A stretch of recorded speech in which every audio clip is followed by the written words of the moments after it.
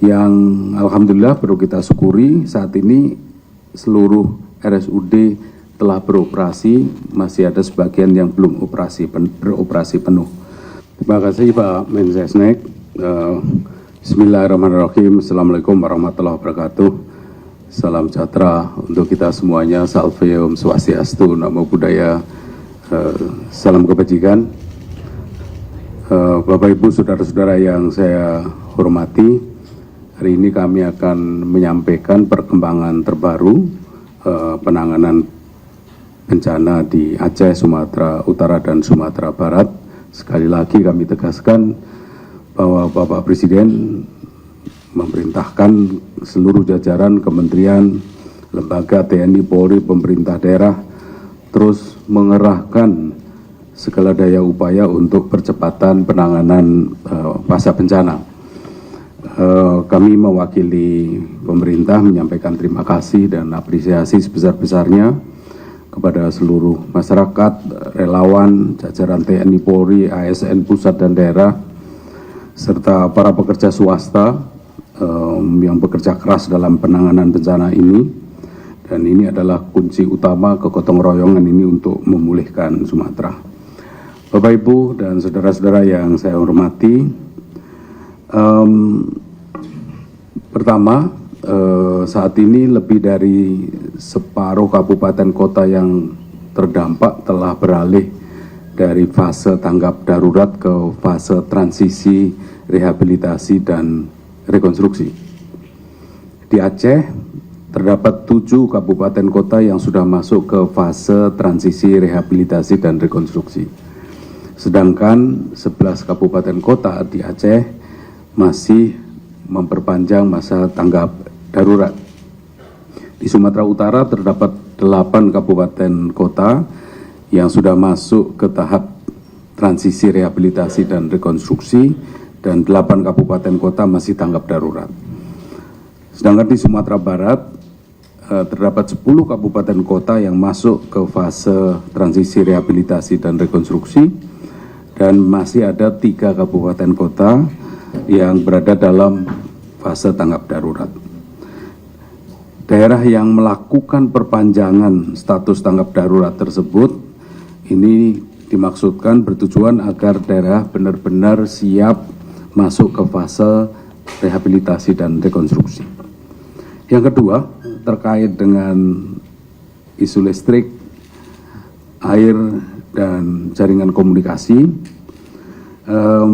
Terkait listrik, pengiriman genset, mobil penjernih air, truk tangki, sumur siap pakai, toilet darurat, dan berbagai alat lainnya terus dan berlanjut terus ditambahkan, diperluas pengoperasiannya. Sedangkan terkait telekomunikasi, jaringan telah kembali normal di 14 kabupaten kota.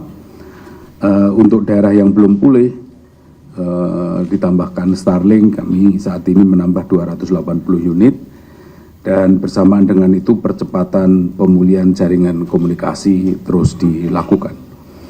Yang ketiga, terkait dengan pelayanan kesehatan, pemerintah terus melakukan pengiriman, fasilitasi relawan, para dokter, spesialis, dokter umum, dan juga calon dokter yang intensif menjadi relawan kesehatan di daerah terisolir dengan fokus pada layanan kesehatan dasar, bedah minor, dan trauma healing.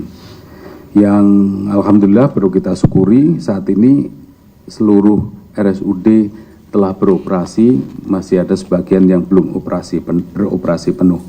Sedangkan puskesmas dari 867 puskesmas yang terdampak, saat ini tinggal 8 yang masih dalam tahap recovery dan terus dilakukan percepatan pemulihan.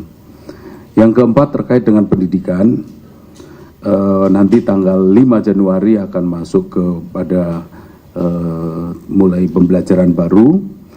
Memang terdapat 3.700 sekolah terdampak dan sekitar 3.100 itu sekolah terdampak kerusakan berat. Pemerintah sudah mempersiapkan agar proses kegiatan belajar bisa berlangsung pada tanggal 5 Januari ada 587 sekolah yang masih dalam proses pembersihan. Ini dipercepat.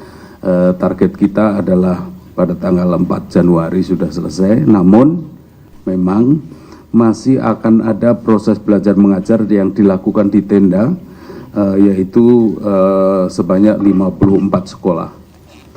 Yang kelima terkait hunian sementara dan hunian tetap, per 28 Desember huntara di 3 provinsi sudah mulai dibangun dan sebagian sudah selesai, yaitu sebanyak total proses pembangunan dan sebagian sudah selesai itu totalnya 1050 unit hunian. Yang dibangun BNPB bersama daerah itu ada 450, sedangkan yang dibangun Danantara beserta jajaran BUMN itu 600 unit huntara. Dan yang keenam terkait dengan aktivitas ekonomi, di Aceh itu ada 120, saya ulangi lagi, di Aceh terdapat 112 pasar tradisional yang terdampak. Ini saat ini 18 sudah sepenuhnya beroperasi. Di Sumut ada 47 pasar terdampak. Kini 46 pasar sudah beroperasi, masih 1 yang dalam proses percepatan. Di Sumbar ada 3 pasar terdampak, kini 2 pasar sudah mulai beroperasi, ada 1 dalam proses percepatan pemulihan. Pemerintah akan terus mempercepat kembali aktifnya pasar-pasar tradisional ini melalui penataan infrastruktur, pembersihan, dan juga dukungan keterlibatan dari KL-KL yang terkait. Saya kira itu Pak Mensesnek, yang dari saya kembalikan ke Pak Mensesnek. Terima kasih. Baik, terima kasih Profesor Pratikno. Kami mohon izin selanjutnya dari Panglima TNI berkenan menyampaikan perkembangan.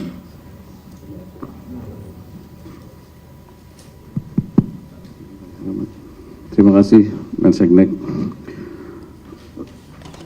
Pelibatan personil TNI pada tahap rekonstruksi dan rehabilitasi sejumlah 37.910 orang, termasuk penambahan 15 batalion, yaitu dari 5 batalion seni, kemudian 10 batalion teritorial pembangunan, itu akan membantu pemasangan jembatan beli, kemudian pembuatan huntara dan huntap, pembersihan lumpur yang ada di sekolah, pesantren, jalan, dan fasilitas umum lainnya. Kemudian penyiapan air bersih, melaksanakan evakuasi medis, distribusi logistik terus dilakukan, dan trauma healing. Kemudian dukungan TNI lainnya yang sudah tergelar, yaitu dapur lapangan, 25 dapur lapangan, kemudian pembuatan sumur bor, 124 sumur sudah bisa digunakan, kemudian 42 pos kesehatan sudah tergelar, dan 186 MCK sudah dibangun. Yang selanjutnya penyiapan dan pemasangan jembatan beli. Beberapa jembatan sudah digunakan masyarakat beraktivitas, seperti di jembatan Topin Mane, jembatan Topin Redep, jembatan Jumpa, jembatan Matang Bangka, jembatan Kutablang, jembatan Weh Pase, kemudian jembatan Hamparan Perak, jembatan Anggoli Sibangun, dan beberapa jembatan lainnya sudah tergelar. Sejumlah total yang dibangun 32 jembatan. Kita lihat videonya sudah digunakan oleh masyarakat.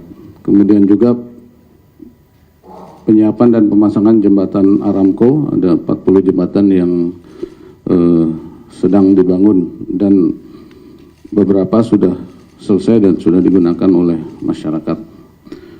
Selanjutnya pengerahan alutsista TNI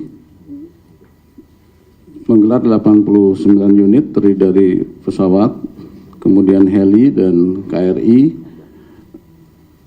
Sampai dengan saat ini terus melakukan dukungan bantuan logistik melalui airdrop ataupun di air landed, kemudian membawa KRI membawa dukungan alat berat, kendaraan kesehatan, membawa juga nakes dan membantu KL lain seperti peralatan PLN, membawa BBM, bahan pangan, genset dan sebagainya.